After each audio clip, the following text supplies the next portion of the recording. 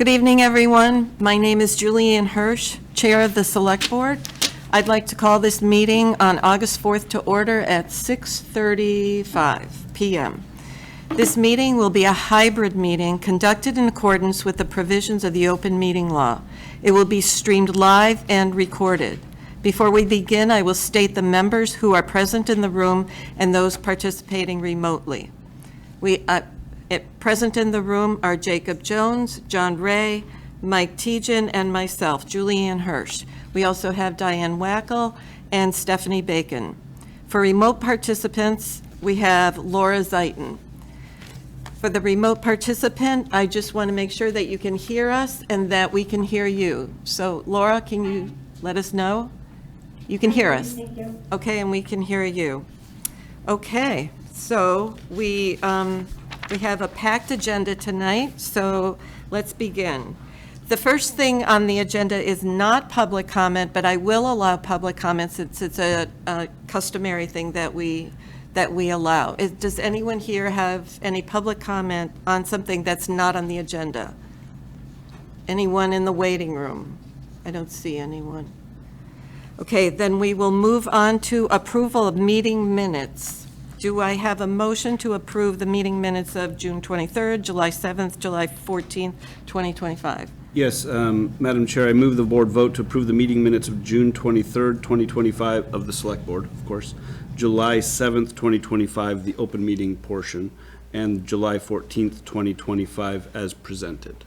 Are there any changes or amendments to the minutes of any of the three? No? Then we will approve this collectively. All in favor of approving? Thank you. Thank you. Okay, all in favor of approving the minutes of June 23rd, July 7th, July 14th? Motion made by Jacob, seconded by Mike. All in favor, please. It has to be a roll call vote. I'm sorry. Yep. Laura? Aye. Jacob? Aye. Mike? Aye. John? Aye. And I vote aye. Okay, thank you very much. All right, next on the agenda is change of manager at the American Legion. Hi. Thank you for coming tonight. Would you? Sorry? Thank you for coming Well, tonight. thank you for Explaining. inviting me, and thank you for giving us that ARPA fund to allow us to complete our kitchen. Oh, good. Hope you're enjoying it. Thank you, I appreciate it. Is it fully completed? Yes. It is? Oh, Yes, great. approved, everything, yeah, all signed off and used, and Oh, great, yeah, we're great. doing well with it. Yeah, thank Great, you. that's Thank you. amazing, good. So you are here tonight, though, to explain that there will be a change of manager? Yes. And do you want to just give us a little? Well, Bill Callahan was the previous commander and manager of the liquor license, and he has since basically retiring. He's moving away from the area and everything. So since I am the current commander, that it's normal that I should pick up the manager of the liquor license. Okay, and so we have the paperwork for this, which everyone is in our packet. It's after all the meeting minutes. Yes. Yep, there you go. And everything looks in order. Everything seems to be in order, yes. We don't need any kind of, so you're the manager, Yes. so you don't have to be like tip certified or anything like that? Yes, I do, and I am. Oh. It should be in the package. Okay, all right. I'm So- crowd control Carrie, thank- certified and first aid certified. Excellent. Okay.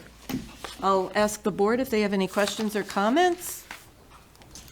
Just the one comment I'll always make on anything involving alcohol in town is we count on our license holders to help us to keep our town safe, so hope you'll do that. Absolutely, yeah, we do our best and everything. And, Thank you. Laura, do you have any comments? I just wanted to say I'm happy that the kitchen is done, and I look forward to coming and visiting with you. So thank you for all your continued doing for our veterans in town. Well, thank you, Laura. Anytime. Okay, so if there are no further comments or questions, do we have a motion to approve the application? Madam Chair, I move the board vote to approve the application for a change of manager as submitted by Vincent F. Picard Post Building Association Incorporated, DBA American Legion, for the all alcoholic beverages club license for premises located at 402 West Main Street. Second? Motion made by Mike, seconded by Jacob. Is there any other discussion? Roll call vote. Laura, how do you vote? Aye. Aye. Jacob? Aye. John? Aye. Mike? Aye. And I vote aye. Well, thank you very much. Look forward to seeing you Appreciate there. it. Thank you very you. much. Thank you. Okay, next on the agenda is Select Solar. Is, Do you see anyone, Dana? Brian Herr, Herr, or Rachel?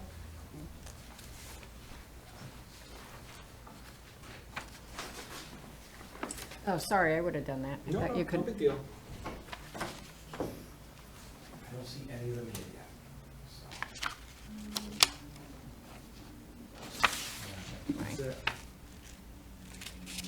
S-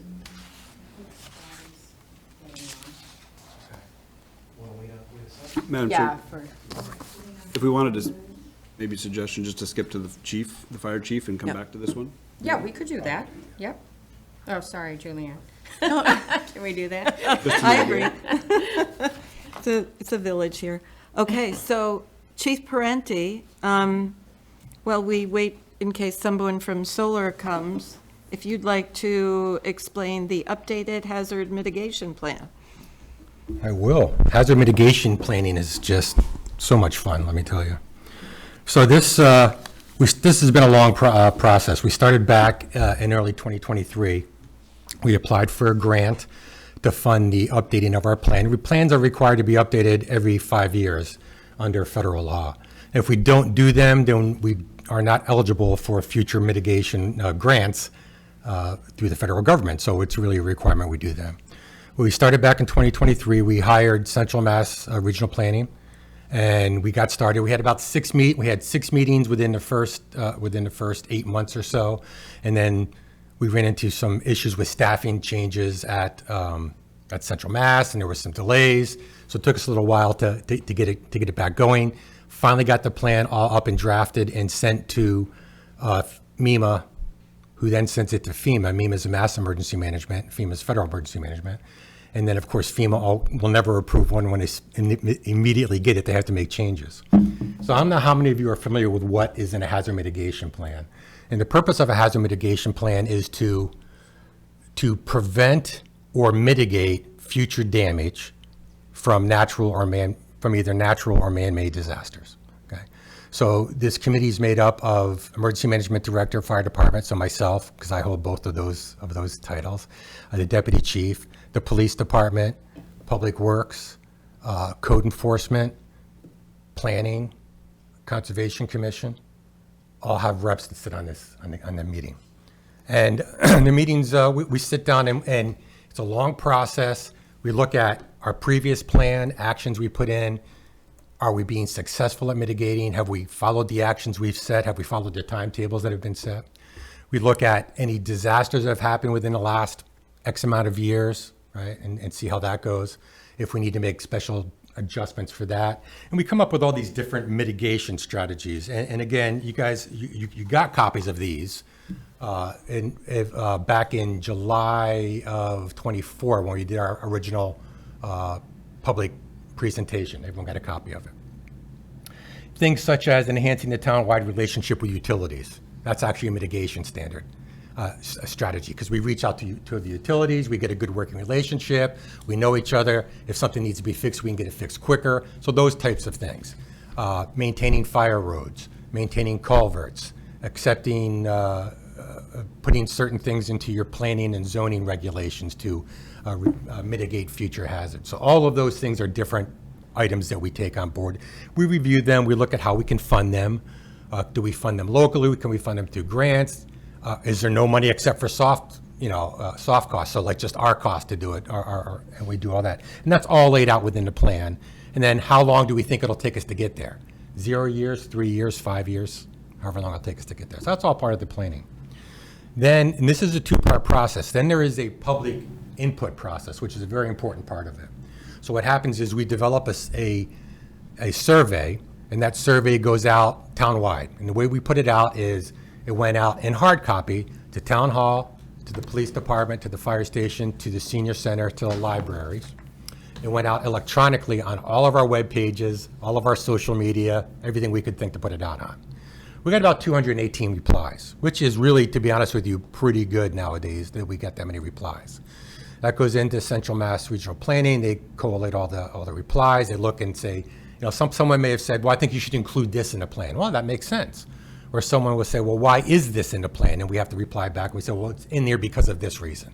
So we dealt with all of those, came up with that final draft. And that's what came in front of this board back in July of '24. Then it went out, as I said, came back, and then you guys went and had to change who sits on the board. So it had to go out again. And the funny thing is, I can't just change it because it's a federal doc, right? So I have to send, here's the new chair, here's the new vice chair, here's the members, change it. It goes to Central Mass sends it to MEMA, MEMA sends it to FEMA, that gets all the way back to us. Got back to us at the end of May, a little bit later, middle of June, and then we had to get on the agenda here today. So the purpose of me being here today is to present. Federal doc, right? Oh, so I have to send. I'm so sorry. At least I'm watching this I'm hearing meeting. myself. Is to give you the overview of what a hazard mitigation plan is. The fact that this, and you have all the names of the people that worked on it. It was in the memo I sent. They worked really hard. If I can call anyone out, and I'm going to call someone out specifically, it's Michael Parr. Mike's our hazmat specialist. He is also our LEPC coordinator. And he took on a big role with this and helped out tremendously because he has to track all the hours of all of our employees because that's our cost. That's our soft cost that helps match the grant. So really critical. And Linda then gets sent to Linda Lepore has it. So it's been a lot of work. But the purpose here today is to present it, see if there's any questions, and for you guys to act on it. Now, what happens is you act on it, you sign it, it then comes back to me. I then send it to Central Mass sends it to MEMA, MEMA sends it to FEMA. If FEMA is okay with the signatures and everything, then it gets done, comes all the way back to us, and it gets stamped, and it's good for 5 years. That's crazy. So we do have two new members who were not here in 2024. Have you had a chance to look at the whole plan? It's 196 pages. Madam Chair, I'm looking at the agenda packet for the July 2024 meeting that has it attached. So I'm becoming familiar as we speak. If Mr. Ray would like to look at my screen, I can get him familiar too. Well, you're not. But I'm pretty comfortable with the material and the presentation, but thank you. So is there a deadline on signing this? I wonder if. There's not a deadline, but at this point in time, it's a completed product. So if we decide to make any changes, now we're going to be, so let's say if the board says, no, we don't like this, now, which wouldn't make a lot of sense because you guys weren't involved in any of it, but then it would have to go all the way back through the channels, all the way back through the approval process, go back out to the public. Okay. Yeah, I mean, I think everybody, I mean, just looking at the names of everybody who worked on this, I mean, I'm comfortable that they all operated in professional and good faith, so I'm comfortable taking a vote on this evening. So if there is no time constraint on this, if our two members would like to just review it and we It's up to vote- them. I mean, I'm not going to say, we're already 2 years behind when we were supposed to redo it. So we are behind. Right. I mean, there were 3 members who were in the original meeting, myself, Laura, and It's up, if they yourself. have So- concerns, I could be more than happy to answer them. Well, it's If just not, a we can- matter of doing. 190-some Yeah. pages.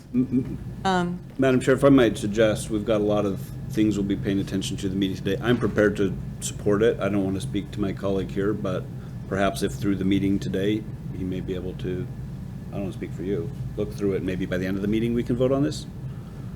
At the end of the meeting. I don't know. I'm asking for my friend here how long he thinks he needs. Forward me that, or? I'll forward him what I'm looking at right now. So our next Big meeting font. is in September. I just don't want to take away the opportunity, but I don't have any They- concerns We with could it. approve it and they could still review it. I mean, Yeah. there's really no substantive changes we'd be able to make on it because none of us have the credentials and the professional experience of pretty much anybody on this list as far as hazard and emergency mitigation. Okay, so Jacob feels confident. John, you okay with? I just forwarded it to you. Just take over. In the meantime, I do have a question. Sure, please. So I started reviewing it a little bit today, and, The plan itself, you started reviewing? yeah. Okay. The dams. Now, I think you identified 4 that. Yeah, so there's dams within our community, there's dams outside of our community that we own, but we only look at the dams within our community.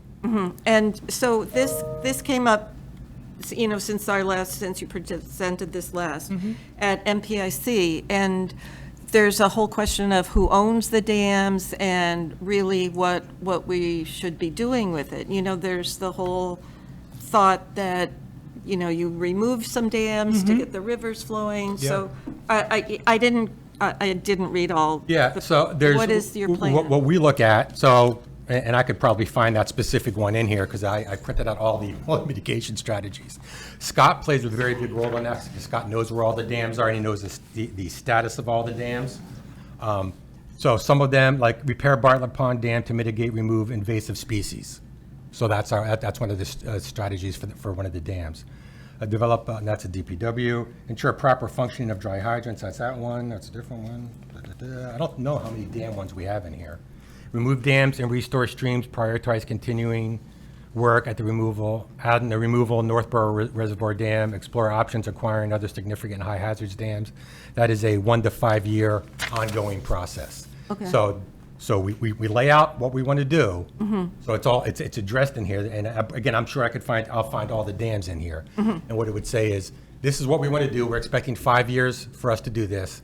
And again, dams fall under primarily DPW. I think Concom maybe, but I'm not sure if they do anything with dams, unless it's just some mitigation strategies for invasives. And then determine what, if anything, we have to do with them. Okay, and do you think you'll be working with oars, or, you know? It's Internally? truly up to the DPW director how we work with those. I'm sure Scott's here. Oh, Scott's here. Oh, hi, Scott. Yeah, please. Yep. Right, so if you look at each strategy, it says, this is the group that's in charge of this. This is the person that's in charge of this. Like dry hydrants, I got that, I'm in charge of those.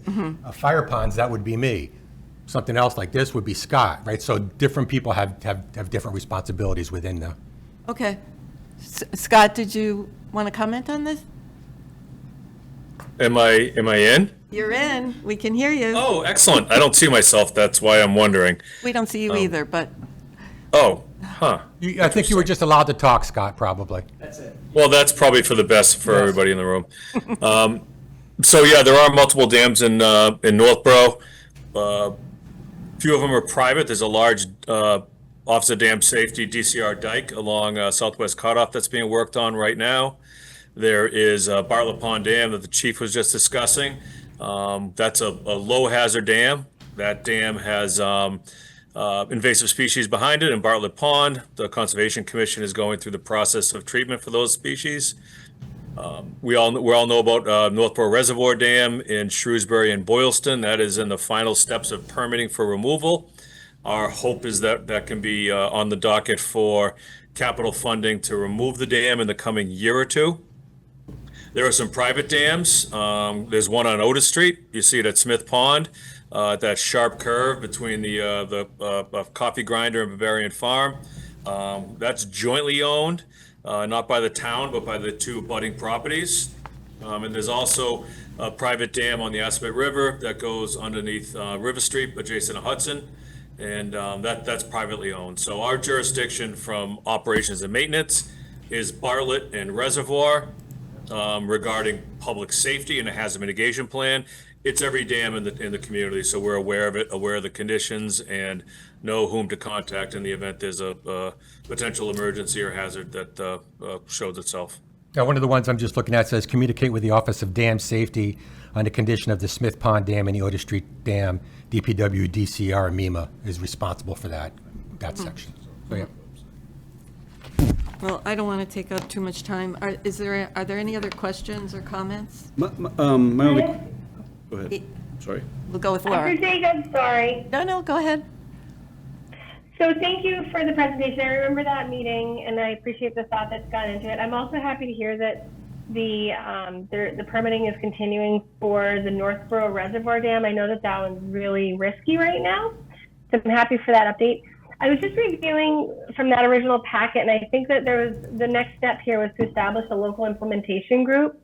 Is that something we should look at doing at an upcoming agenda, or who's going to establish that implementation group for the hazardous mitigation? The committee itself is responsible for implementation. The group that put it together. So why does it say that, like when you had done the original presentation, you said establish a local? I'd have to find where that was, Laura. I don't know where that would be in there. I'd have to find that. I don't recall seeing that terminology. I've never. It is in the original presentation, so. Yeah, I've never actually seen one implemented outside of the committee for all the years I've been doing hazard mitigation planning, but it's possible. Laura, do you want to bring that up when we get to future agenda items? Sure, sounds good, thank you. What do you think? Okay, all right. Honestly, and if the chief would rather look at it, and we can, maybe, I'm happy to sync up with him afterwards. Yeah, I'll give you and figure out the feedback best practices, but. Okay. All right, Jacob? Yeah, thank you. So I've feel like I'm caught up to speed with the July meeting of last year, and I appreciate the work that went into this, and I'm ready to support it. My one comment or request would be, somewhere in the packet, it mentioned that the full draft plan, because I think at that point, CMPRC was requesting comments within 2 weeks of the draft plan. It says it's available on the Town of Northborough website. I just might not be able to find it, but if we was a can. link, it may have disappeared. If we I'll check. can just maybe put it on the news, so anyone from the town who's listening and says, hey, I'd like to look at that plan, so that they don't have to go, get an advanced degree in website finding to be able to locate it, maybe just as since it's a topic of discussion. I don't maybe think we there's anything in this one. Some of our plans have addendums that aren't open to the public, but this one Sure. does not. Okay, anything that should be made available to the public. this if we one could doesn't have that. Just We'll make get it it in easy for there. them to find so that they can know what we're talking about. Yep. I would appreciate that. Be happy to. Okay. Scott Charpentier, did you have another comment? I think he just didn't put his hand down. I do not, other than I wish I could figure out my camera. Well, we could add it Thank you. to the hazard mitigation plan. Okay, all right, any other comments? All right, are we ready for a vote? Let's see. Yeah, Madam Chair, I move the board vote to approve and execute the updated hazard mitigation plan as presented by Fire Chief David Parenti. Is there a second? Second. Motion made by, That was I heard that second. Sounded like an aye to me. seconded by Laura. Any other discussion? That's funny. Okay, roll call vote. Jacob? Aye. John? I'd like to abstain if it doesn't slow it down. Okay, great. Mike? Aye. Laura? Aye. And I vote aye. Thank you very much. Thank you. Thank you, Chief. Okay. Has anyone attended from Solar?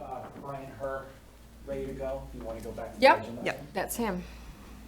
So this is the agenda item about the solar agreements for Correct. Proctor and Lincoln Street Elementary Schools.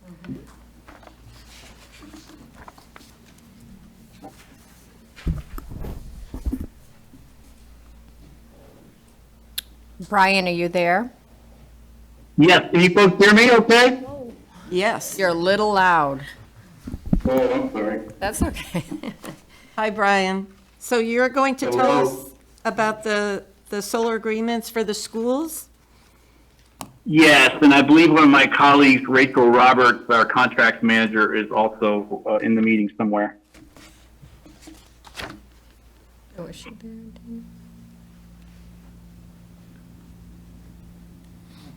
Rachel, are you out there? We're trying to find your colleague. I believe she's on her phone, so she may not have her name up.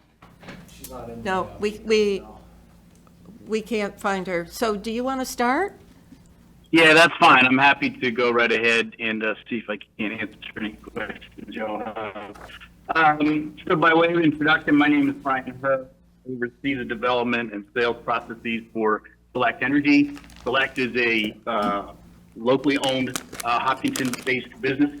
Quickly on a personal note, I'm in my 5th term on the select board in Hopkinton, so I know what y'all do, and certainly appreciate all that happens in your community and the work that you folks put in there. So we have in place a couple of solar arrays on Proctor and Lincoln, and we're in the process now of finalizing our financing for those solar arrays. They are up and running. One of the buildings, and I don't have my notes in front of me, I thought Rachel would be able to help with some of this.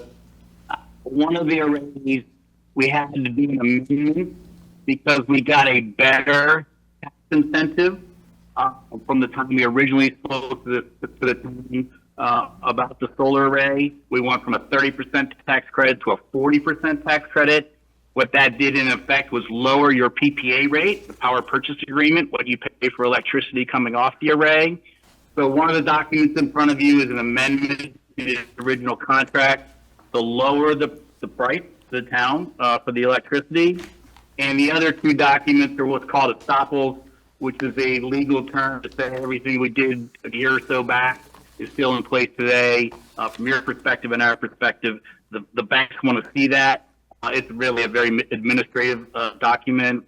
I know that your town council, Rick Holland, has looked at these and made a couple of suggestions for some changes. Select Energy and our general counsel agreed to those changes, and the documents you have this evening should cover everything your town council is looking for that we've left. And it's really the 2 administrative items as well as the price reduction in the power that you purchased. Brian, I'm sorry, did you all get paperwork on I that? don't see this. See this? Not in the packet. We're supposed to pass this down.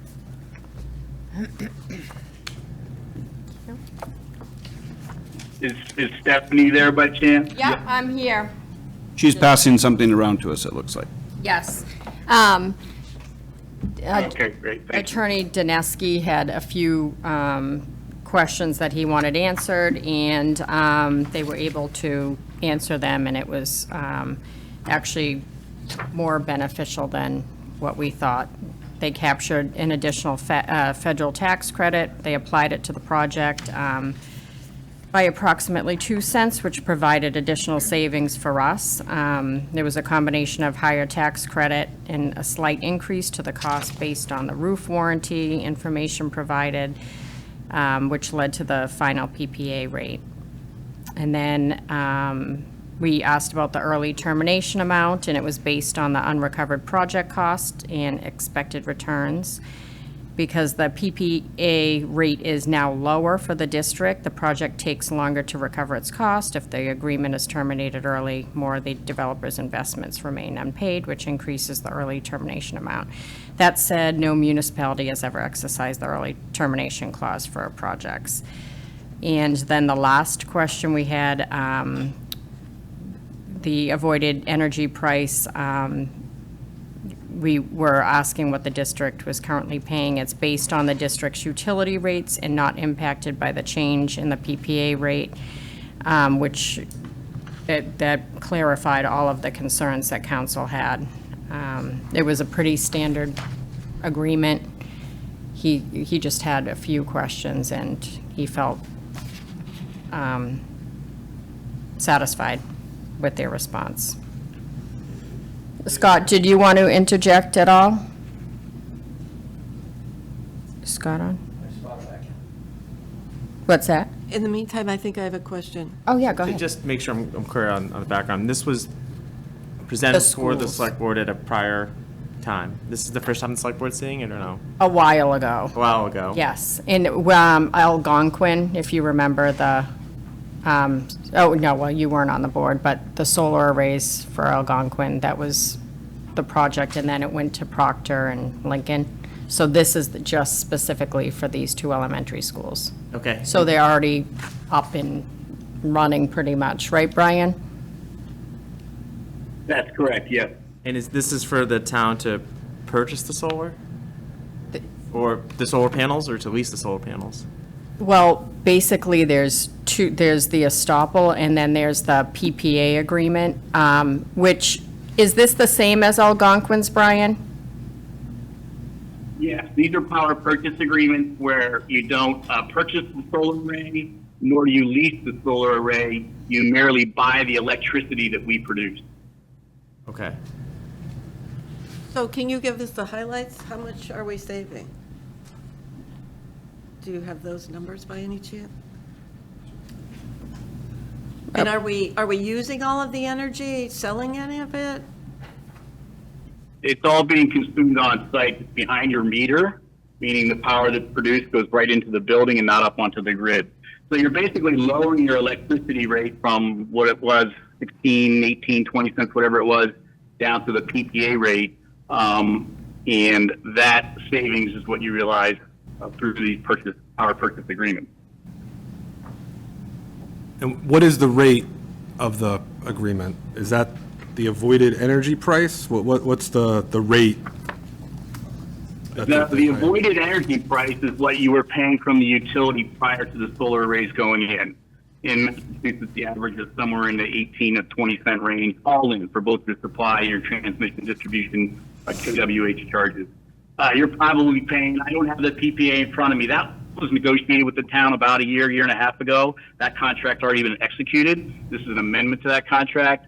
You're now going to be paying about 11 cents from that one school, if my memory serves me correctly.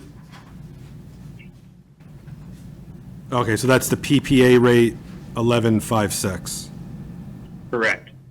Okay. Yeah, so there was a reduction in the PPA for Proctor. I know that, right? I believe that was one amendment. And how often is the rate adjusted? It's not. It'll be fixed now for 20 years with that amendment lowering the price. Brian, what were the annual savings by location when it was modeled out, when the select board made the decision to do it? When we entered into the contract, again, I don't have those contracts in front of me. The average school in Massachusetts saves anywhere from $750,000 to $1 million over a 20-year term with these PPA agreements. But I don't have it in front of me, so it's hard to give you an exact number. And did we evaluate lease versus buy? It's very difficult for municipalities to, up until the last couple of years when they changed a couple of the rules, and a bunch of the rules are about to change now going forward, but I think with the situation in Washington, D.C. But the tax credits are a huge piece of the puzzle, and monetizing those tax credits is what makes solar arrays affordable and then profitable for people over a period of time. Because municipalities are non-tax entities, it's very difficult for nonprofits to purchase solar arrays. So these power purchase agreements are very, very popular across the state. Did we evaluate the difference between leasing versus buying? I didn't understand your answer. To that question, that would have been a year and a half ago or so. I was not involved in these particular transactions at that time, but I highly doubt that a purchase would have been more beneficial than a power purchase agreement. Do you? If we, No, I mean, I don't remember when it last came before the select board. Knowing some of what goes on the school committee, I think my understanding was purchasing, there was additional, and I think, Brian, I don't know if you alluded to this, but are there sort of additional costs with purchasing? There's also tax incentives and credits that the town may not be able to take full advantage of, like another company would be able to, like Select Solar. And I mean, I know the school committee and leadership did a deep dive on this and had multiple meetings about it. That's what I just remember off the top of my head, as far as why. But there was no prepared analysis that we looked at that had the scenarios put up where we could kind of say, here's option one, here's option two, and then quantify, and then also quantify what it would be versus if we did nothing versus lease. So again, we're still not leasing. There's no lease involved in terms of the solar array itself. Select Energy and investor partners own the array. Oh, okay. So you folks didn't spend a few money to have solar put on the roof. Literally not one penny. And nor do you pay lease payments to have the solar on the roof. All you do is buy discounted power. Understood. That's your only financial obligation in the whole thing. And then did we look at what I have solar, full disclosure, so, and it took me a long time to act, it took me a long time to get comfortable with it because it's very confusing. And residential and municipality be different, so I'm not trying to say they're the same. But did we look at what the production of the solar on the schools would be versus versus how much the school, is there a net meter rollback, or is it partially is offsetting some of the electricity used that the school requires to run? That analysis would have been done, yes, that's a good question. Again, I don't have that analysis in front of me. I can say we've done this about 150 places across the state now in schools.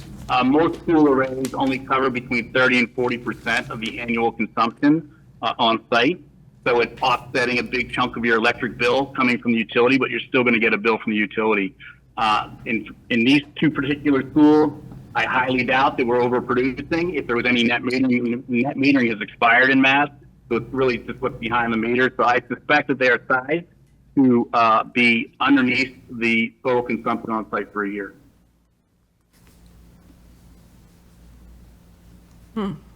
Okay. Jacob? Just a couple quick, I understand there's no battery storage on these, right? It's just use it or lose it, essentially, right? That's correct. That's correct. And then is there, because what we're looking at is amendments to an agreement and we don't have the full agreement, I question just really quickly, is there a way under the rest of the agreement for the town to have access to sort of like the production profile of these panels? Once we have that data? Yeah. Yeah, they can give you that data. It's public information that's readily available, sure. Okay, that'd be just really nice to know, and I think I would like to know it. Last question, I'm just a little bit confused of the difference between the smart incentive amount and the PPA rate. PPA rate, I understand that's the rate that we pay to your company per kilowatt hour produced, 11.56 cents, unless there's some adjustment under the, without getting into details, it possibly could change, but it's defined in there how it could change. 11.56 cents is what we're paying per kilowatt hour for 20 years, absent some amendment, right? Correct. What's the roughly 7.2 cent smart incentive amount? Who's paying that? Who's getting that? What is that doing? The smart incentive is paid by the utilities to the owner of the array, which is us, which is one of the reasons we're able to sell you power at a discounted rate from what you were previously paying. Okay. So that comes to the owner of the array, like the tax incentives come to the owner of the array, and that all that money gets kind of thrown into the pot and stirred up, and then what comes out of that is the PPA rate at a lower level. Okay, so, and I understand what you said before about municipalities having a hard time getting tax incentives. I get that all piece of it. I'm not trying to rewind the clock. I'm just trying to understand what I'm looking at. So if I'm reading this right, between the smart incentive amount and the amount the town is paying, the company that owns the solar arrays is getting around 18.2 cents, give or take, per kilowatt hour it produces, partially from the town and partially from the incentive, right? That math would come together in that neighborhood, yes. Yeah, give or take. Okay, that seems like a pretty sweet deal for the company, considering the town just reached a deal with National Grid to buy power for 14 cents a kilowatt hour. But it is what it is. I don't see any, what if we said, could we reduce the 11 cents to 10 cents? Still negotiable? So here's the scenario also that I probably should have shared early on based on some of the questions. This whole project, or these two projects, went before an organization called Power Auctions. Power Auctions is a state-sanctioned procurement entity, also a nonprofit entity that regulates, oversees, and manages and audits solar activities for nonprofits and municipalities across the Commonwealth. Power Auctions has a program where they go out and bid these projects out into the marketplace, for a period of a couple of years. We won that bid, so we have that, hunting license, if you will, to go to the various municipalities and do solar at very, very discounted prices. that 11-cent price for Smart 2.0 was in that mix, and that was part of the bid that we won a couple years back now. So we've been through that process, but we can't negotiate that process any further because then we'd be in violation of all the other contracts we have in place across the state. So if I'm understanding what you're telling me is we can't negotiate with you separately, is what you're telling me. So if, like I said, hey, I'd like 10 cents instead of 11.5 cents, you're saying that violates other deals that you have? That violates our contract with Power Options, yes, that's correct.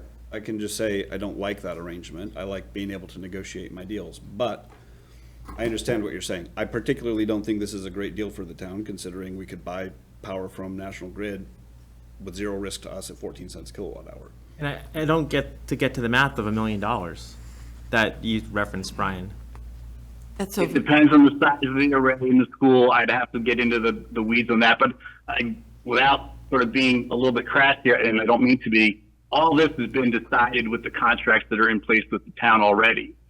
So it's really now a matter of this amendment to the contract that already exists to lower the rate, and the two estoppels saying that nothing's changed other than, this amendment over the last year or so. And we are in a binding contract right now?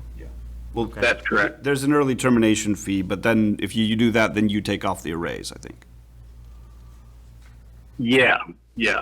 Okay. No, and I'm sorry if I'm sounding super, I get that what we're here is, hey, the price is actually lower. That's a good thing. We should all be excited. I don't want to miss that detail, is you're telling us the price is going down, not up. So cheers for that. I'm sorry if I'm sounding a little Debbie Downer here, but Well, thank you. I mean, we can feel good that it's clean energy, so that's one thing. But I'm sensing some unpreparedness. I feel unprepared since this is the first time I've seen this, and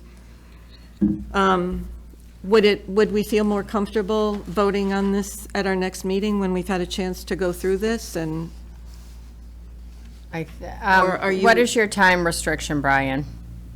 Yeah, our challenge with that, folks, is we've got our banks looking to close on these things now. We're actually about 2 weeks late with the closing to finish the financing. So we've got, some $1 million+ sitting there that's not been financed yet. So if it's a meeting next week, that's one thing. If it's a meeting in September, that would be another thing. So we have that meeting in August, with the finance. Can we have an agenda, a brief agenda for us before that meeting? It's like late. Oh, you're saying August 26th? Yeah. Well, Well, wait a aren't we, second. so First, let's we're already establish- in an agreement. Yeah. Yeah. So, and also the rate, 11.56, that's set for how long? 20 years-ish. 20 years. All right, I mean, so there's maybe not as much daylight between that and Northborough economy, maybe, right, that we would like, but given the cost of energy and where it's gonna go in probably 20 years, especially given the laws of the Commonwealth of Massachusetts, I don't see it getting cheaper over 20 years, where, where that rate 20 years from now could look a lot better. Don't know that, but, I mean, energy has just gone up exponentially, especially in states like Massachusetts, so. Good point. I would hate to delay it any further. I don't see any reason to delay it. I You also, don't see any reason to delay? No, Okay. I'm just trying to understand where we are in this Yep, thing. And okay. it seems like we're pretty much. Jacob? The wall's there and we're there. same, I just wanted some clarifications. I'm fully for supporting the agreements that we've entered, and I'm not trying to rock any boats. I'm just trying to understand Yep. what's in front of us. I think I understand it better now. Don't need to delay. Good question. I do have a question for Brian. Exhibit B, the early purchase, year 7, $278,000. What is that? Does that say early terminations that we're looking at? It's early purchase, separate column. Year 7, there's an early purchase option for $207,878. If you wanted to purchase the array through the tax equity position in the IRS rule for 6 years, you could do that for that amount of money. We could. Again, okay. we've done almost 150. We've never had a municipality buy a solar array after the fact. But if we did the math, in year 7, we decided it was advantageous for us to purchase it for $278,000, we could do that. That's correct. Yep. Okay. Is that the same for Algonquin? Same, not the same numbers, but the same structure? Same structure, yep. The PPA is the same across all the communities that we work with in Massachusetts because of the power options oversight, yep. Is that a requirement or something that is typical in the agreements that you put in? The requirement around the Early the purchase? price? Yeah. Yeah, that's part of it's a requirement of the power options program, yeah. Okay. All right. Well, that may be worthwhile to explore when you're 7. Laura, do you have any questions or comments? No, but was there a different packet that came out today? We just got a copy of the, Yeah, we everything was just finalized. We got the attorney's feedback. This was in the hands of the school, and when I found out we had to sign it, and I didn't start this contract, I wanted it vetted through council, and so, yeah. I appreciate that. No, I don't mind if it goes forward. I'll abstain just because I don't have access to that packet to review it, but I appreciate all the work that went into this. and Stephanie, you have no concerns? No. Okay. No, after reading the attorneys, he said, green light, we're good. Could I move? Yes. Madam Chair, I move the board vote to approve the solar agreements with Select Solar as presented for Proctor and Lincoln Street Elementary Schools, and to authorize the chair to execute the same on the board's behalf. Second. Motion made by Jacob, seconded by Mike. Any other discussion? Then let's take a vote. All in favor? Roll call vote. Laura? I'm going to abstain because I haven't seen the packet. I'm sorry. Mike? Aye. John? Aye. Jacob? Aye. And Julianne votes aye. Thank you very much. Thank you. Okay. Thank you all very much. I appreciate your time. If anyone has any questions, I'd be happy to meet with anybody one-on-one and explain the whole process. And I can bring with me a couple of files that'll give you a lot more detail. That'd be great. Thank you so much. Thanks, Brian. Happy to do it. Take care. Bye-bye. All right, next on the agenda is a presentation by Dana about Northborough Cable. Do you want me to run the cable while you're up here? No, that would be bad. That would be really bad. Guys, who knows what'll happen? Truth. Hi, Dana. Hey. And you sent quite a bit of information for us to review, Yeah. which was great. I know you guys are really tight on time, so I'm gonna try to do my best here too. Share my screen.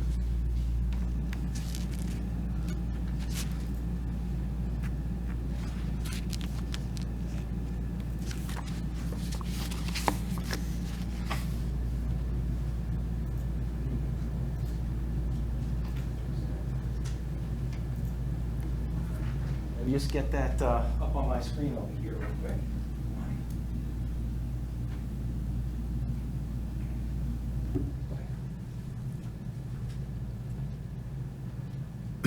All right, everyone, thank you for having me here tonight.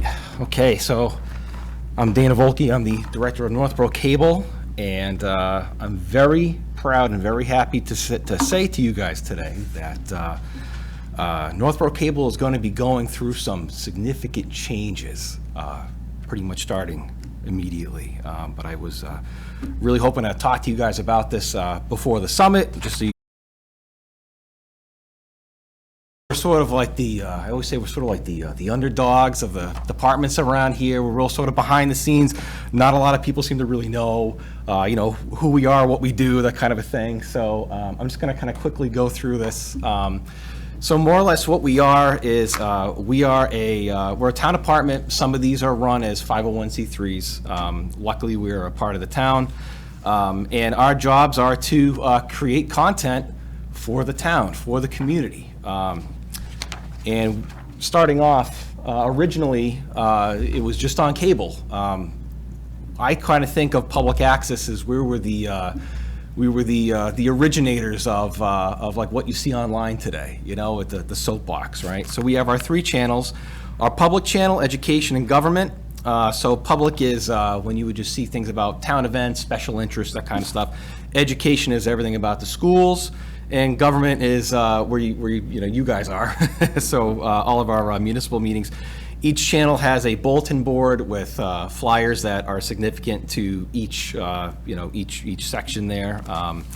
And traditionally, what you guys can see here is, this is what public access used to be. It was the soapbox, if you will, where people could come on and use their freedom of speech to talk about things that are going on.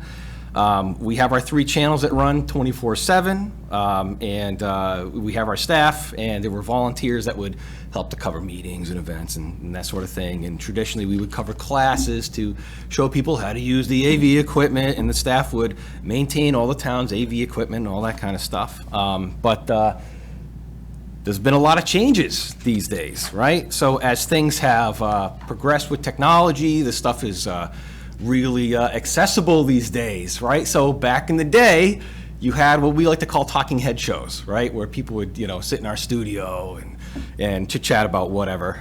But today, we're doing things very differently. People are watching this stuff on their phones, on their laptops, and things like that through social media. So public access is alive and well today, but you know where it is? It's YouTube, it's TikTok, it's Facebook groups like the Facebook Moms, and I live in Shrewsbury. We have the Shrewsbury Community Forum. So that is today's version of public access, and just about everybody can do that. Everybody with a cell phone, it's totally accessible. I like to think of it as the what I call the Blockbuster analogy, where Blockbuster is gone because we now have streaming. It's not that people have stopped consuming media; it's that the distribution has changed. And interests have changed too, where people want shorter stuff, right? So when you look at stats on our viewership of the longer material, people don't watch it, so we're trying to focus on the smaller stuff. So as you guys can see, this is what we do now, and I call this more or less a hybrid model. So we still have the traditional TV because through compliance with our cable contracts, we have to, but everything that we do is also online. Our 24/7 channels are also online, accessible to everyone. Everything that we do streams live and goes live up on YouTube, accessible to everyone. Everything that happens mostly goes up online here. So we also, we engage on social media, and we're doing, basically nobody comes in anymore and uses us for the soapbox, right? Everybody does that on their own anymore. If anybody wants to do AV stuff, they've learned how to do it online, and they figure it out on their own. So nobody comes in to do this stuff anymore. So we are all staff now. Everything is staff. We basically run like the town's production company, if you will, in a sense. And we maintain all this stuff. We're doing all these new hybrid meetings, which adds a tremendous amount of complexity to what we do. And we're just hosting meetings. And there's we have Part 107 FAA drone licenses now to commercially fly that stuff. So we do a tremendous amount more than we used to, but there's some of those traditional things that we're no longer doing at the same time. That's why I call it the hybrid model. So in terms of our funding, that's a huge snafu that we have. So as you guys can see, the packets that I sent you guys earlier, the right-hand one, the funding, there was a little bit of a typo in there, so what you see up here is accurate. Yeah, we're losing 5+% every single year because not only are people getting rid of their cable, they're going to the IP-based alternatives of cable, which is like YouTube TV, Sling, Hulu, right? So, which are significantly less expensive than cable. So, with that, how are we funded?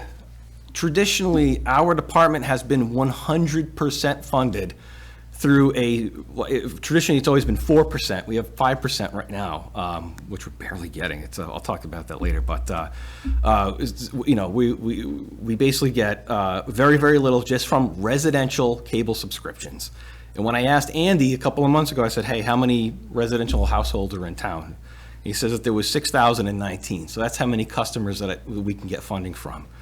And as of this year, there's only 2,713 that are subscribing to cable. So less than half of the town is funding this town department, yet everybody benefits from it. And we have full access of everything that we do online to everybody because, we strive for transparency and getting the information out to all the residents and in the community. So that's where we're at. And we have these cable contracts that renew. Typically they were every decade.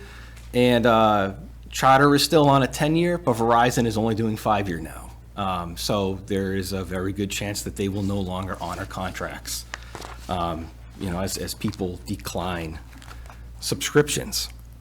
So with this, our department has to prepare for the future, because if we don't do anything, or we just continue to do the same, we're going to be gone. And all this is all going to be gone.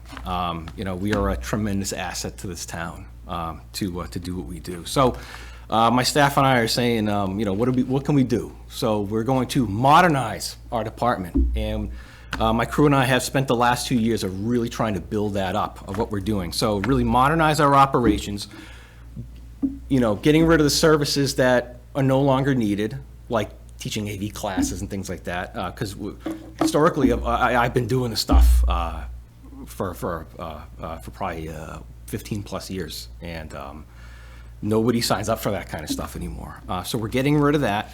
We're having a huge emphasis on short form, high quality videos. Okay, so that's where like the kind of stuff you see typically online now. So really high quality short form. So not the longer stuff. So like typically, back in the day, if it was Applefest, you would get the hour and a half long video of just the parade. And we're not doing that kind of stuff anymore. You're going to get a really well packaged short form video about Applefest weekend, right, to really promote it. And that's really what we're doing, and that's what we're focusing on these days. And what's going to happen is eventually we're no longer going to be on those cable contracts. So the plan is to be hopefully fully subsidized through the town, and to do small increments of that as time goes on. And so we started off with that with this year, because like I said, we were 100% funded.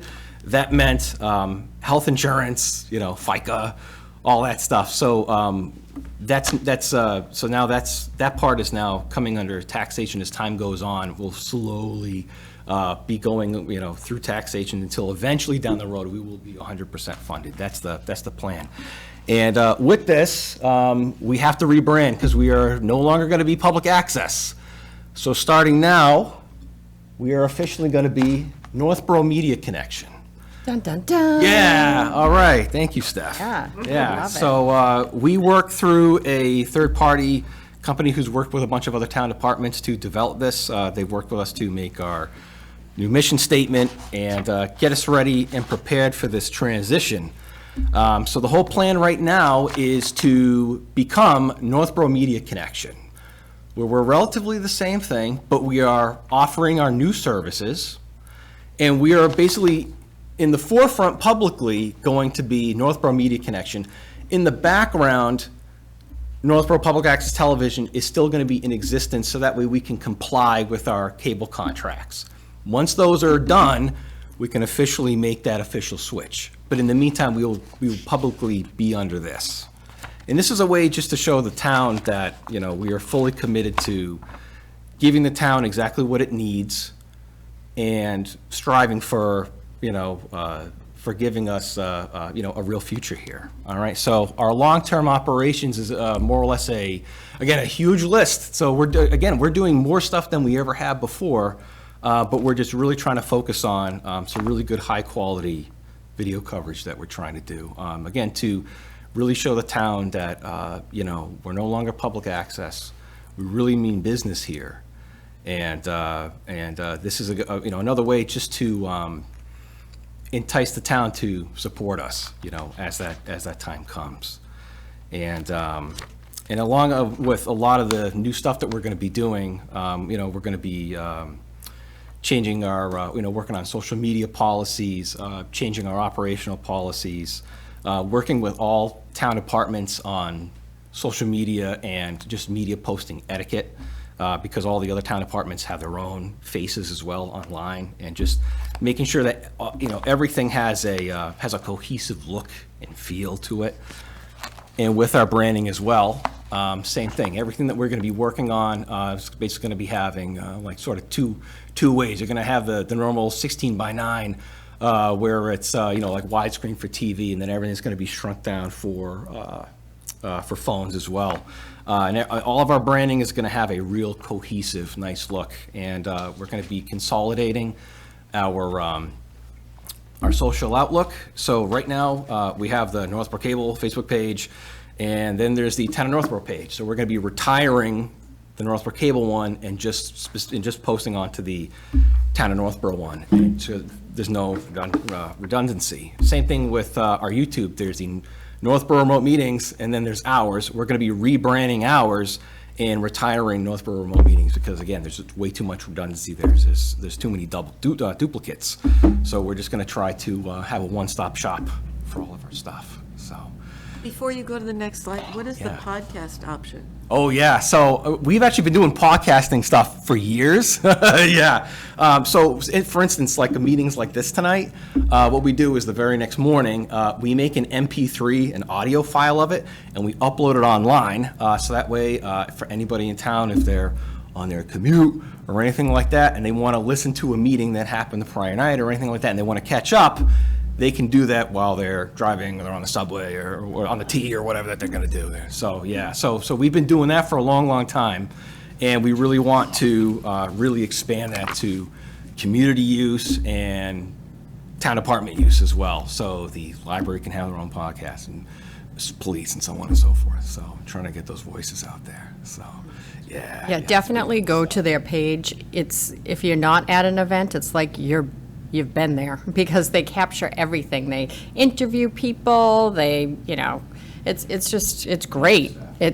Yeah. We really Amazing. strive for excellence with our team. We don't want to be, old school public access. We're really trying to strive to be your communication and media department for the town. So, yeah, there you go. All right, great. Anybody got any questions or anything like that, or? Very exciting. Yeah. Like I said, a long time coming. This was one of the things where, like, on my first day when I started working here roughly 10 years ago, my predecessor and I were talking about doing this, and it never happened. And then 2 years ago, I became the department director. And I said, all right, this has got to happen. So we spent 2 years of really just trying to build a really good portfolio and a really healthy repertoire with all the town departments in the community, just showing them what we can do, and then we decided, yeah, now's the time to do this and make that transition. So, yeah, so here we go. So, yeah. Any questions or comments? I just think it's great. I didn't even know we had a podcast. I'm on the library now, and it's here, and you subscribe. So Yeah, I cool. think it's cool to see between this and YouTube the way that the evolution's gone. It's pretty cool. Thanks for. I Go ahead, agree with. Laura, go. Sorry. Oh, I was just going to say, I agree with you, John, and I really appreciate all of the actions that you're taking to be more accessible to the community and reaching out in these different platforms. Thank you, Laura. Well, thanks for this. I think it's a great direction to go into. I think it's good to be looking toward the future. Just a couple of landmines maybe I could make sure we're looking for along the way.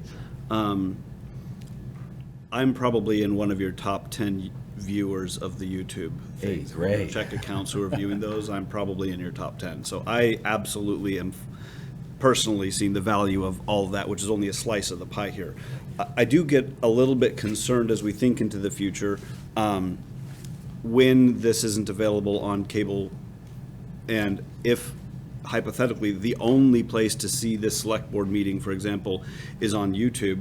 What if, none of us controls the direction the alphabet goes, and there could be residents who are very, very objecting to having an alphabet account. Yeah, sure. And what Alphabet's doing with their information. And they may say, I don't want to have to give my information to Alphabet to be able to participate. So sure. as much as I obviously have an account, I just told you, and I deal with whatever that comes with, I do want us to think about making sure we're thinking about anyone who may want to have access and maybe not sell their souls to Well, don't get me wrong. Alphabet and Meta in the process. Yeah. We want to stay on cable contracts Yeah. and continue to have that broadcasting capability for as long as we can. Yeah. But we are at the mercy of the cable providers at that point. And when those are done, they can go through and say, yeah, we're not going to renew it. It's totally up to them. Having that outlet and that accessibility is great. It is huge. Anyway, so I just want to make sure we're not accidentally cutting off some people on the fringes. Yeah, sure. That Well, way, but so no, actually aren't able to access it. Sure. So one thing that's always still going to be there is, even though it's still going to be up on YouTube, our 24/7 live streaming, we have a page just for that. So our 3 channels that are already up on TV, scheduled 24, they're up 24/7, like any regular channel. So they could still go, using their web browser, still go see those. Exactly. Yep. And that's just a link that's right up on the town website. So, yep, that'll still be there. That's super. The second little landmine I just wanted to throw out there to be careful of is short form content. Obviously, it's consumed all the time. It's much more accessible. Our meetings, I'm cognizant, a 4-hour meeting isn't particularly accessible to someone who's got 10 minutes to review it. I'm a little concerned about the idea of turning our meetings into short form content, because who picks what are the most important 10 minutes of that meeting? So meetings are not edited whatsoever. We have to stay gavel to gavel. Right. That's our long form Great. content. That will always remain. It's always going to be there. So short form marketing and educational material for the town, plus municipal meeting coverage. So, The short form reporting is the community advocate's job. yeah, they have that. All right. But I it's just wanted to also, make it's also sure. advertising of events and things like that too. So. And I definitely see a role for it. I'm not trying to poo-poo the idea of short form, which is what we consume. I'm concerned. I want to put it this way. I don't want a more and more taxpayer-funded entity of the town deciding issues that it wants to present to the residents that put a finger on the scale of an issue. Sure, yeah. Which some other nationally funded media companies sometimes do. Anyway. Picking up on that, there used to be a cable committee. Yeah, for almost as long as I've been here, It's been inactive. cable committee's basically been completely inactive, yeah. If you would think about if that's a necessary thing with all the changes and, outreach and stuff like that, maybe it might not be the He's place. like, no. It depends. I mean, we've had that Yeah. that conversation before, and I don't see us being a front-facing. We're sort of more like MIS, GIS, right, where we're sort of more in the background, right? So whether or not we have a committee to help to steer that ship, I mean, if we have it, we have it. It's fine, So Well, you think about it. Okay, and I just have a question. How many people do you know how many people actually watch the cable channels now? we cannot get stats on that, and the reason is because we cannot have Nielsen ratings because we do not advertise. So we can get no stats on TV whatsoever. It is what it is. The only stats that I can get is on online viewership. Yeah. So, yeah. Do you know the number offhand? I know it's pretty high. Half the views came from me, so. Yeah. Oh, well, hey, there you go. Yeah. I mean, it depends on. Right, what it And is, all yeah. that, but Yeah. yeah, we have a really good following online. Yeah, so. you do. And it really depends on, like I said, on what it is. Right. And we're trying to really steer, I'll give you an example. So the Be Well Carnival, right? So we're talking to the folks who, put that together and like, we really want to advertise this event to get, more attendance. And when you look at the stats, and when we put that out there, it's one thing to just put it up online, but when you put it up as, say, something like a Facebook, like a short video, or where it's sized for a phone, or you make it as a YouTube short, you get significantly more growth from something off of that. So. And, I mean, maybe we don't have the viewership like other videos and whatnot on YouTube, but Sure, do we see any or possibility of any type of dollars from views on YouTube or other social media? We personally cannot get funding from YouTube advertising because, that was one of the things here is that we, except for cable contracts, we cannot seek funding any other way. And that's by statute, basically. If we were a 501c3, that'd be another story. But as a municipality, we don't have a revolving fund. We can't, so while we are under cable contracts, we cannot do any kind of advertising whatsoever. Okay. We can't make commercials, we can't do anything like that, right?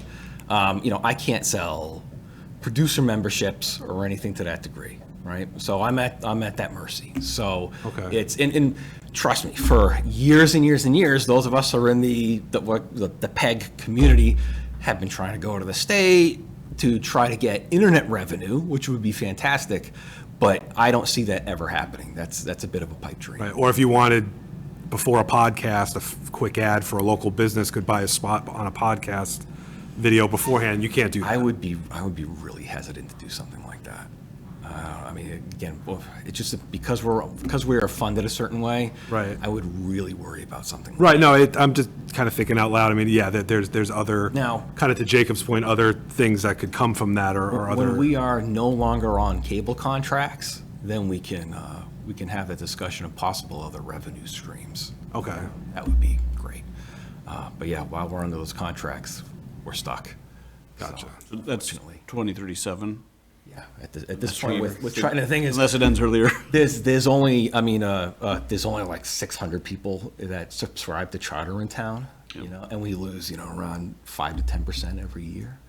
So I do get all those stats from the cable providers. Yeah, that's the scary stuff. And the thing too is, we don't have any, we don't have a slush fund, unfortunately. So yeah, we're pretty much like right there at that point. So, so. I appreciate you guys being diligent. I think it's fortunate you don't have a slush fund, so. Yeah. I'm yeah. sorry.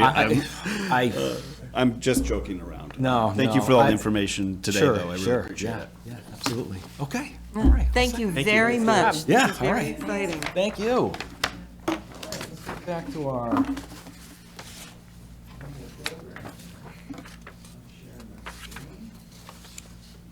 Okay. Okay, next on the agenda is vote on subcommittee recommendations for appointments to boards and committees.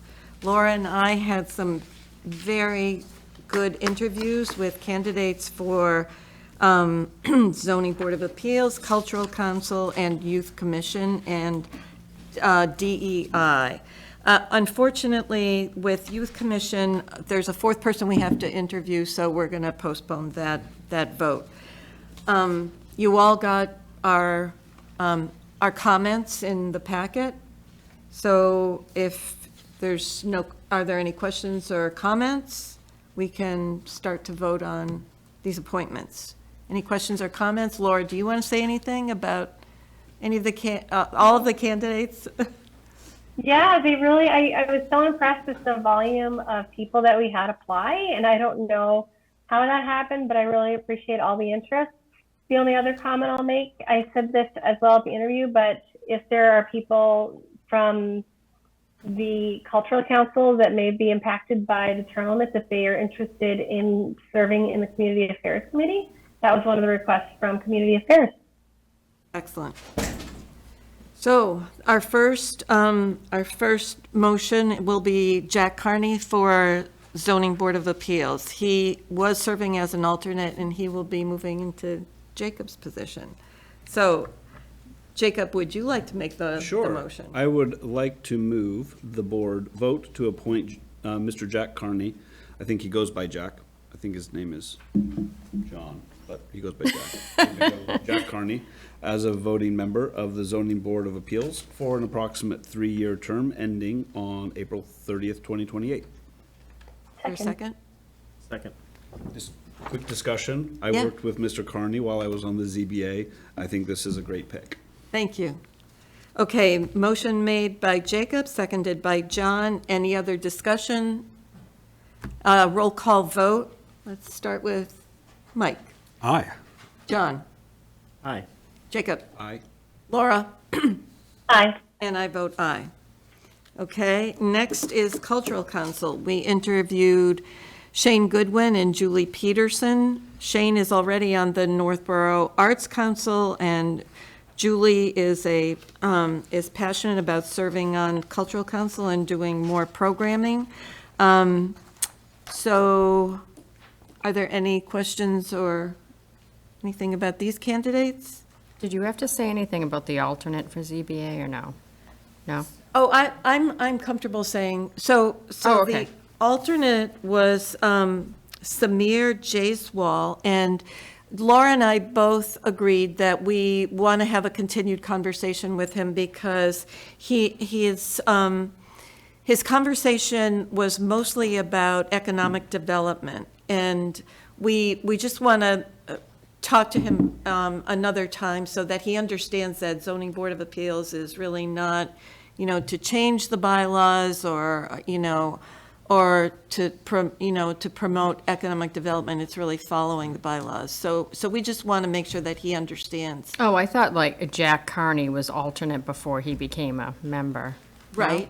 Okay. yeah. Right. So, but you always Now need there- an alternate, So now correct? there's an Or no? open alternate spot for us to go solicit and fill, I think. Okay. Right? Yeah, now I understand. But Okay. there is an alternate. There's currently two one, alternate Jeff is still an positions. alternate, I believe. Okay, now I get it. Okay. Was that your question? Yes, I thought that this was a new alternate for the position, but we already have an alternate right now, right? I don't know, I'm just. We I'm have just- one I'm just alternate, we gonna have to zip- fill the second position, it. but we're going to talk to that candidate. Okay. A little more.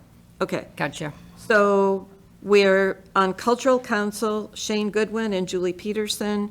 Would anyone like to make a motion to approve their appointment? Yeah, Madam Chair, I'll make a motion. Should I read both motions Please. together? Okay.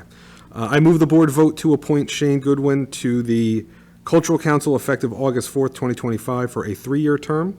I also move the board vote to appoint Julie Peterson to the Cultural Council effective August 4th, 2025 for a 3-year term. Second. Thank you, Laura. A motion made by Mike, seconded by Laura. Any other discussion? Okay, roll call vote.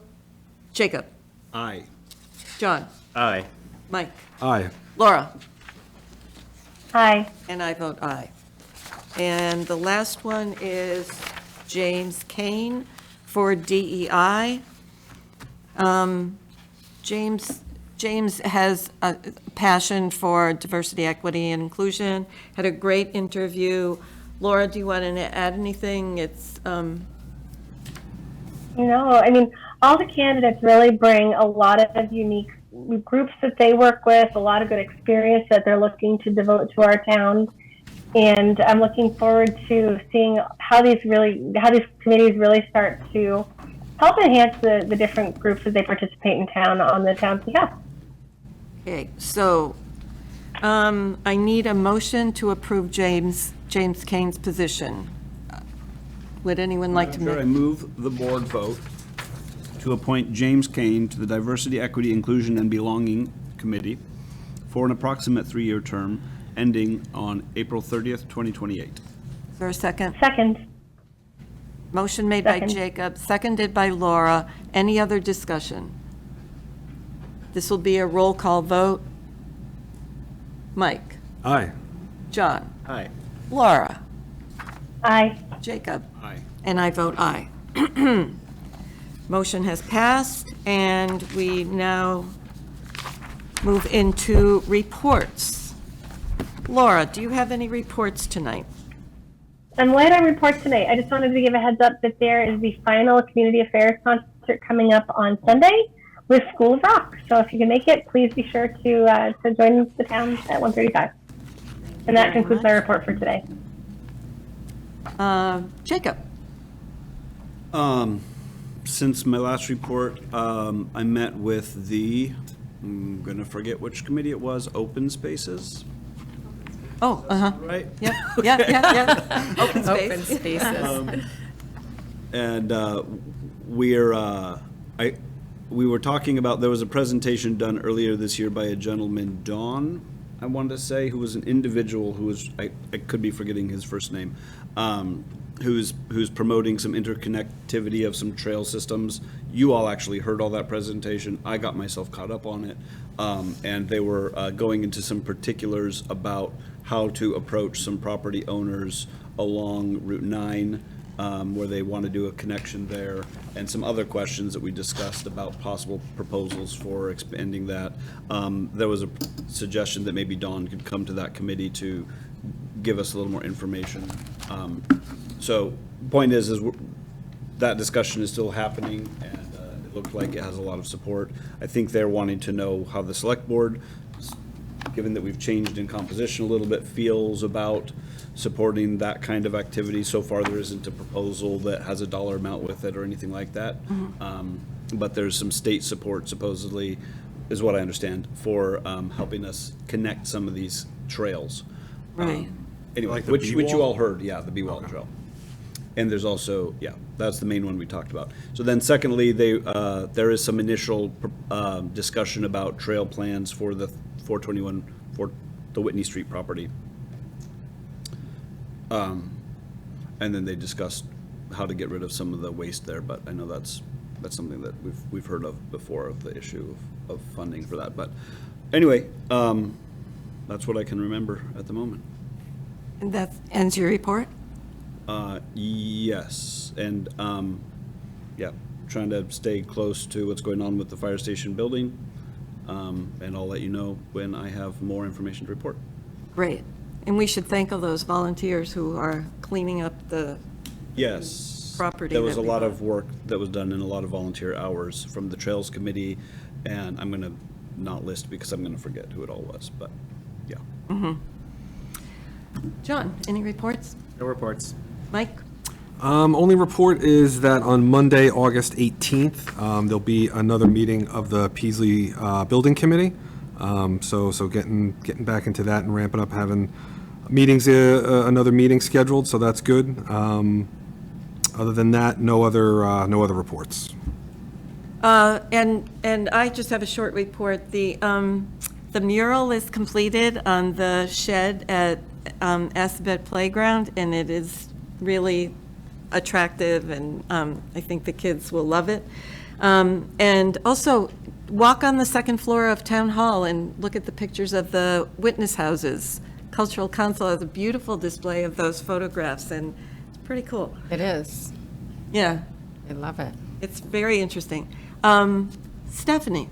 Yes, okay. August 26th at 6 PM at the Northborough Free Library, we will be holding our first financial summit of the year to kick off the fiscal year '27 budget season.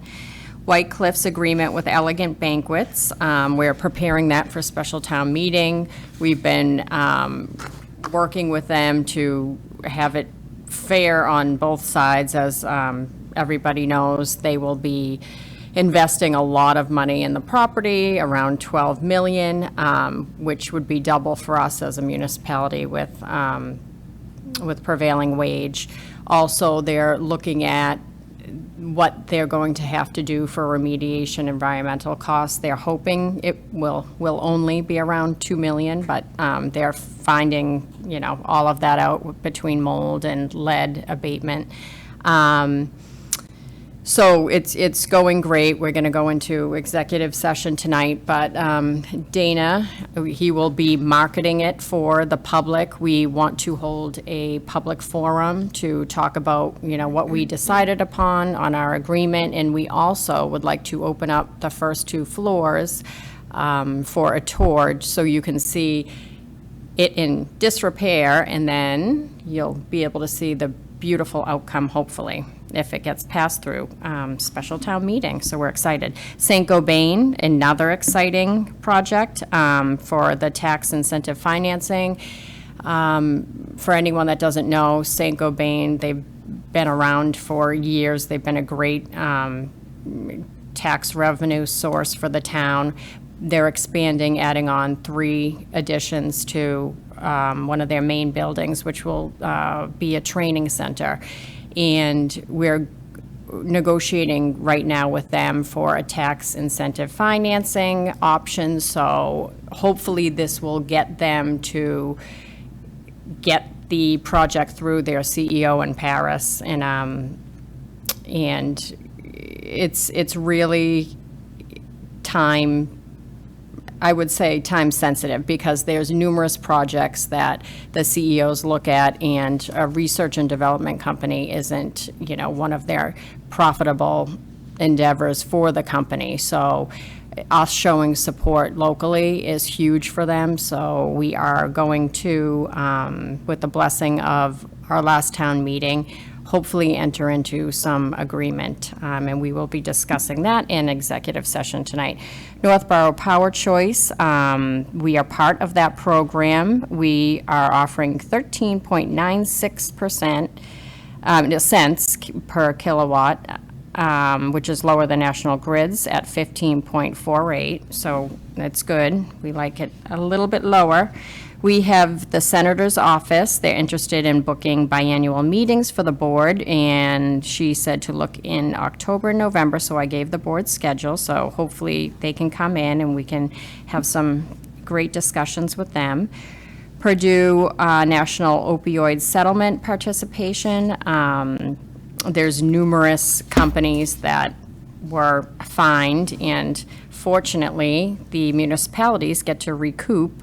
And what we do is participate in the settlement, and we have to use this money for any type of opioid use. So whether it's through education, whether it's through counseling, we can actually fund our counselor and Health and Human Services a portion of her time because of dealing with situations, which is great.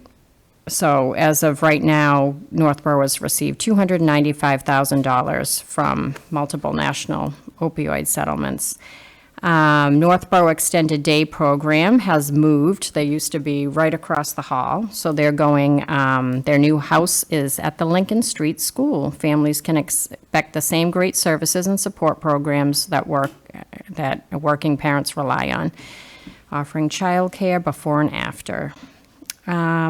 CPA funding agreement update for the Northborough Housing Authority Veterans Housing Project. The town of Northborough, through its CPC, is almost finished preparing the funding agreement. So we will see that very soon. I have everything vetted through town council.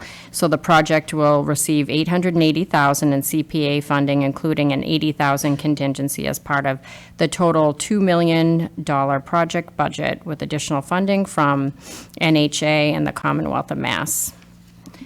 So we are working on that. The rec department, they had fun visits by the fire department. They hosed everybody down. They have the splash pad now with the beautiful mural, which was Laura Bassimi, I believe her name is. But great. It was beautiful. It was fun, vibrant. The kids loved it. Fall program preview goes live on July 28th at 10 a.m. So early registration will open up August 5th at 9 a.m. There's a lot of great programs, so check those out on our rec website. Health and Human Services. The director, Isabella, and I will be conducting interviews for the Board of Health position. We've already had some great ones. Let's see, they have social worker drop-in hours every Tuesday, in August at 3 p.m. at the Northborough Free Library. Stop in for support, resources, guidance. They've been overseeing a high school student intern, and she's very interested. She is going for a master's in public health. She's very interested in what they're doing, and it just clicked with her. We've been doing a lot of work at the high school to try to ramp up municipal government and, show the different aspects of things that they could be interested in. So it's great. People are actually interested, which is super. The HHS is collaborating with the Senior Center and Cultural Council to host the Art of Well-Being on Tuesday, August 12th from 4 to 6:30 at the Senior Center. There will be art and nature activities to support the well-being and mental health. They're also hosting a workshop in collaboration with Southborough Youth and Family Services to support 9th grade students with their transition to high school, focusing on coping with anxiety, executive functioning, and building relationships on August 21st. Encompass is hosting a youth leadership training for Northborough and Southborough High School students on August 27th. The training is an opportunity for teens to learn how to become a community leader with a focus on understanding young health data and learning how to create and support a movement around it. Lasting Environmental Solutions will perform our required post-closure monitoring and reporting for the former Northborough landfill during fiscal year '26. The biennial third-party inspection is not included and will be required in the fall of '26, which is fiscal year '27. So our schedule looks like fall in 2025. We'll do the monitoring of the groundwater and the wells. In spring, we'll repeat it and separate post-closure landfill monitoring reports for submission, which the DEP handles. So our goal is to make sure that the levels are below all thresholds, and hopefully, eventually we will not have to monitor this because it costs us around $10,000, I'd say, every year. Cable access, the town of Northborough is in the process of filling the cable assistant position. Still? Okay. This week, we're interviewing 3 strong candidates, each bringing great skills and experience to the table. We look forward to selecting the best fit to support our operations. Fire department, there's another intern, incoming senior, Algonquin. They completed 72 hours of ride time with the department. And this lady is a member of the Health Occupation Students of America, which is impressive, and is interested in the medical field. She participated in training and EMS response. Our 6 members at MFA Recruit School are doing very good. One, Ben Aramo, has been selected as the class spokesperson. So we really are pulling some interest in, which is lovely because, like I said, succession is hard in this field. Library, the Northborough Free Library has programs for all ages. For kids, they have craft making, Lego building, drop-in gaming, tween times, music mashup, create camp. Younger children can join in on baby story time, baby playtime, toddler time, dance part. Oh, God, I remember all that. That's so funny. For teens, dive into adventures with Dungeons and Dragons Junior, Minecraft Club, and Dungeons and Dragons for beginners and beyond. For adults, join the Tuesday book group, Adult D&D Night, and spice up your life. Let's just not talk about, I don't know what is involved there. Cookbook Club, there's also games like trivia, tech tutoring sessions available. Special events, don't miss the art show, closing ice cream social on August 6th, the summer reading kickoff with Flying High Dogs on August 8th at Ellsworth and McAfee Park. That's going to be interesting. We do so much here. Okay, town clerk. Our new town clerk, Damian Baratek, is off and running and already working closely with the AG's office as they review our town meeting articles. The AG's office has raised a procedural question regarding Article 50, which amended the town charter to replace the town accountant position with the finance director. Specifically, they noted that a public hearing was required prior to the vote. So Damian is now in communication with the AG's office. What might happen is that would have to re-advertise it for a public hearing and come back.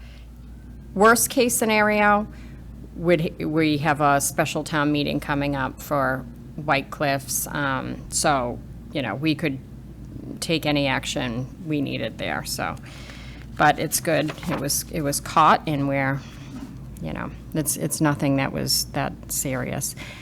She's also very busy working on our recodification process, which she's done in her prior role in West Boylston. So it's just getting all of the comments back and forth, sourcing them out to who needs to answer it.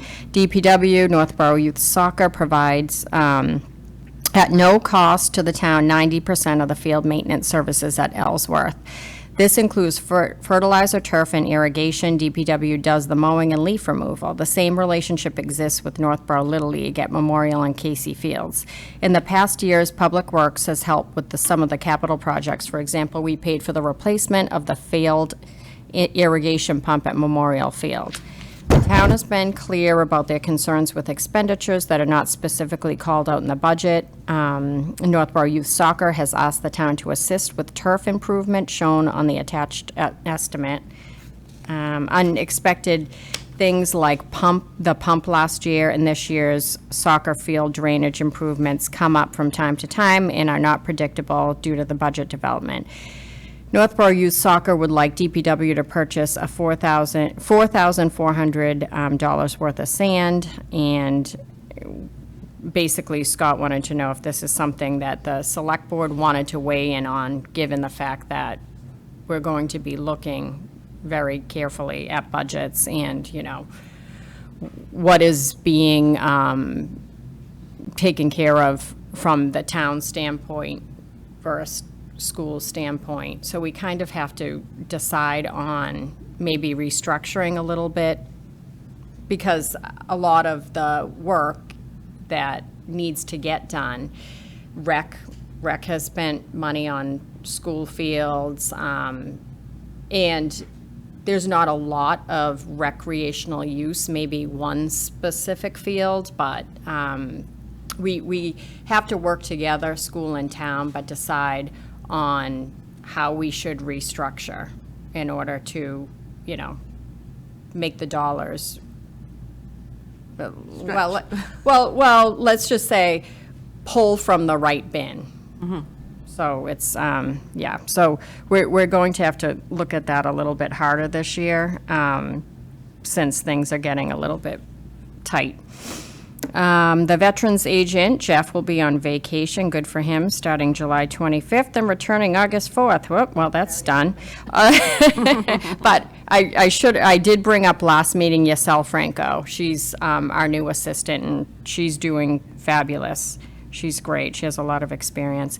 Police department, starting July 30th, officers will be on the lookout, be careful of this, for kids and families who are unplugged from electronics and enjoying the great outdoors. So basically, if they see you doing something fun outside, you get a free ice cream ticket, courtesy of Ullman's Ice Cream. So get up and get out. Also, they're going to be holding their youth academy.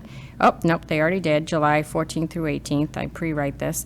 And it was a great experience for everyone involved. The kids love this. And you know what? That could get them into wanting to be a police officer one day. And I think, is that it? So we don't Yeah. have to make any decision about the purchase of the sand tonight? It's not tonight, no, but Okay. this will be more focused in on budgeting and what goes where. And, you know, and it might stay in DPW, but it just should be known, you know, what monies are being pulled from DPW to pay for X, Y, and Z. It just should be a little bit more transparent, I'd say. Okay. Thank you very much. Diane? I have no report. Thank you. Okay, so next on the agenda is public comment. Do we have any? Hi, Norm. Even though we all know you, please state your name. Yes, of course. Thank you. So I'm Norm Corbin, 35 Whitney Street. And since you're starting your negotiations with Elegant Banquets. thank you, I thought I'd take a look, see what's going on Facebook. So last weekend, I did some number crunching. So my real interest tonight is to review the Facebook comments that have been regarding the White Cliffs Banquets proposal, the Elegant Banquets proposal. I do realize that Facebook information has a lot of limitations and may not fully represent the sentiments of the Northborough registered voters. For example, Facebook data that I will use includes that are non-Northborough residents. I will not include many residences who don't have Facebook accounts, and there are also other residences who won't use the same Northborough Facebook pages and accounts that I've seen or accessed. So the data is not thorough. However, when I look at the prior experience when we had the opportunity for the affordable housing on the White Cliffs property, it was clear that the Facebook comments did give us some direction as to it wasn't a favored result, and in the end it was rejected. So I do feel that there is some value in reviewing Facebook data just to obtain a general idea of some community interest. In addition, I've also asked some friends of mine to directly contact the Select Board and voice their concerns and their opinions of the communications you're now having with the Elegant Banquets. Since May 5th, the Community Advocate has run seven articles regarding White Cliffs, and that's generated a lot of Facebook comments. So for the past weekend, I looked at the Facebook comments on 4 different sites. There's the Facebook page for the Community Advocate, there's the I Grew Up in Northborough, there's All Things Northborough, and there's Save White Cliffs. those are the ones that I have access to. I do know there are others like Northborough Moms, Northborough Dads, and the like, and I don't have access to those. So I just looked at I looked at the Facebook comments into two different ways. I looked at the text, what people were writing, and I looked at it in three different categories. Were they positive? Were they negative? Or were they just general comments? There are a lot of just general comments. I went to a wedding there, I had a dinner there, that kind of thing. So I lumped them into the general comments. I found 271 comments. 58% were positive, 10% were negative, and 32% of the were general comments. Then I went back and looked. If you look at the Facebook, you can put emojis. You don't have to put a text comment. You can put emoji in terms of, do I like this comment or do I like this particular topic? So there were only 4 emojis used. There were 1,696 emojis. Only 4 were used. 3 of them were like, care, and love, which I put under a positive response, and the other one was angry. So of the 1,696 comments, only 1 was angry. What was their name? No, I'm just kidding. So, and then the last thing is, if you've been following the Community Advocate, they did a flash poll recently to just get comments from the community. So they had 170 votes as of this morning. Thank you. I had 170 votes as of this morning, and the question was, do you agree with the Select Board's selection of Elegant Banquets? 91% said yes, 5% said no, indifference was 4%. So all I want to express tonight is that there's an overwhelming support in the there's overwhelming support for the Select Board to pursue negotiations with Elegant Banquets. That's all I had. Thank you. Thank you. Thanks. Wow. I would like to know who's the 4% who took a poll that they didn't care about. How do we reach them? I'm going to give you a copy as the chair, if you want to have those numbers. Thanks for taking the time to compile that, Norm. That was really informative, that's and I have interesting. followed those posts, but it was nice to hear it all Thank you. just bundled together like that. It was fun. I Thank you. purposefully stay off those sites because I'd probably cry, so it's fine. Wow. No, this is great. Yes. Wow. That's good. Statistics must have been your major in college. Yeah. Okay. All right, any other public comment? Anybody calling in that, no? No? Okay. Then future agenda items. Back to you, Laura. There was something during Chief Yeah, County's- I was talking about the local implementation group for the hazardous mitigation, which is listed in the original packet. I'm happy to talk with the chief first before we put that on an agenda, unless you think it makes more sense to put that as an agenda item for us. Okay, why don't you talk to the chief first and then Okay, bring and it then up to report us? back. That'd be great. Thank you.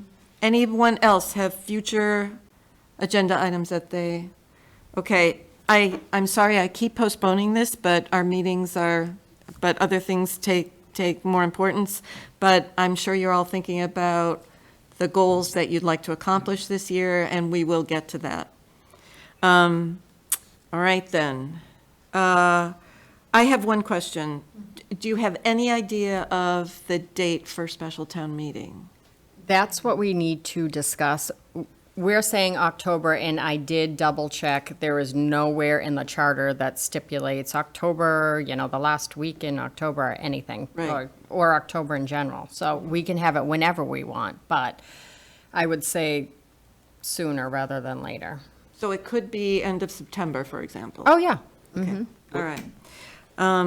What's the sorry, Madam Chair, what's the number of days before the meeting that we have to have the articles? Yep, okay, so I think it's 20.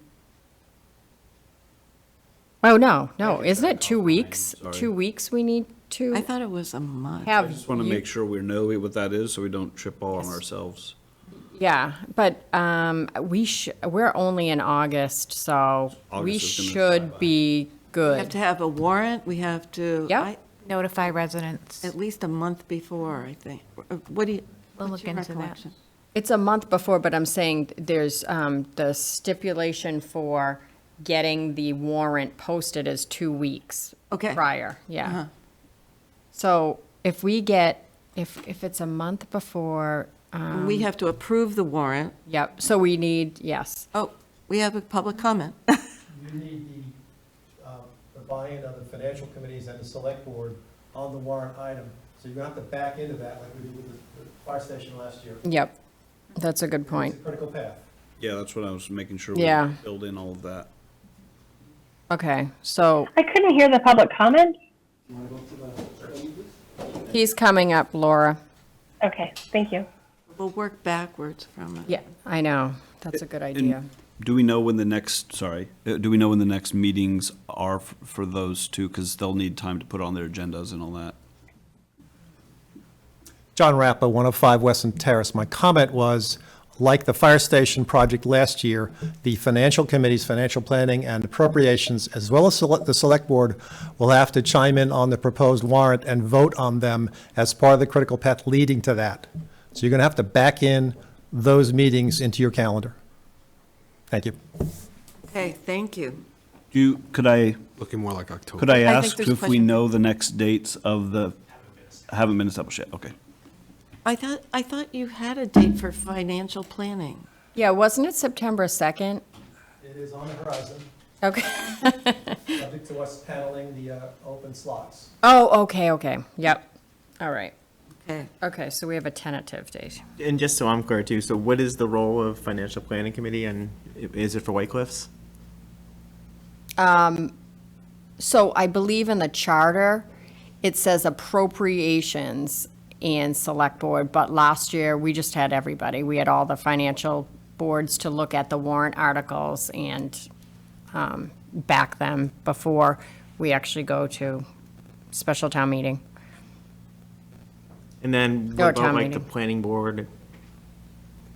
So planning board, the issue that needs to be addressed is, we looked at the zone, the planner, so it would be business zone A that we would need to change the White Cliffs to. Right now, it's, which it always has been, even when there was a banquet function, it was half residential and half business. So we want to make it all business A. We talked to council about. Business East. Oh, is it? A business zone east? East, well, you would know, your ZBA was. 87% sure of that, we'll say. 87. Sorry, go ahead. Okay. I don't know why I'm, It's fine. I didn't, that's a no, detail, but yeah. so, and we looked into spot zoning, we talked to council about it. They felt there was absolutely no spot zoning because in the area, there's business zone A and it's always been used for that as well, even though it hasn't been in business for a while. Scott, Mr. Charpentier is raising his hand. Oh, hi, Scott. Scott, Yep, we'd like I to have hear you. from you. Just to clarify, the White Cliffs property, the front portion of it is zoned Business East, and the rear is residential. So a portion of the parcel is currently business. The rear portion is residential. And So I argue the rear portion is the most controversial of this proposal. Right, and is it going to be rezoned business east or business zone A? I don't know where I'm getting that. I'm 99% It's- sure Lori's letter said Business East. Okay, Yeah. Yeah, Business East would include, if you look at the parcels along that section of Route 20 on that side, the Business East zone limit is pretty much along all the rear property lines, except for White Cliffs, maybe a few others, but generally it follows the rear property lines of all those parcels. Okay, thank you very much for that. I think the question is whether it also needs to go on the planning board's agenda, whether we're thinking that, because we're just talking about the timing, right? yeah, Is planning board here tonight? no. I'm the liaison to planning board, so I will reach out to them. Oh, planning board, I was thinking Lori, the planner. And also ZBA is, I think I am. I think that they'll prefer not, full disclosure, I talked to Paul. I think his position is he prefers not to weigh in because if they're gonna have to have a hearing, they'll have a hearing.